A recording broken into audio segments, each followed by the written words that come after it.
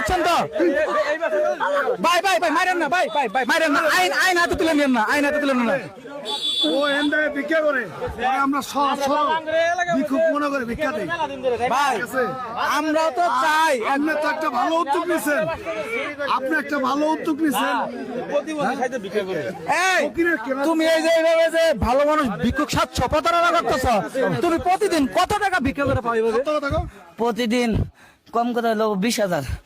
একটা মানুষ যদি 20,000 টাকা এভাবে বিক্রি করে পা, তাহলে কি বুঝেন? তাহলে কি অবস্থা? একজন ভালো মানুষে ভিক্ষুক সাচ্ছে। আসলে ভাই এটা কি করা উচিত? কি করা উচিত? ওরা ভাই পুলিশে দেন, ভাই আপনারা পুলিশে দেন। আমাদের সমাজে কিন্তু এরকম অসংখ্য ভালো মানুষ আছে, তারা কিন্তু এভাবে প্রতারণা করে। তো এদের প্রতারণা থেকে কিন্তু আমাদের সাবধান হতে হবে। সবাই ভালো থাকবেন। দর্শক, এমন বাটপারি কিন্তু সারা বাংলাদেশে চলছে। প্রতিকার চাই, প্রতিবাদ চাই।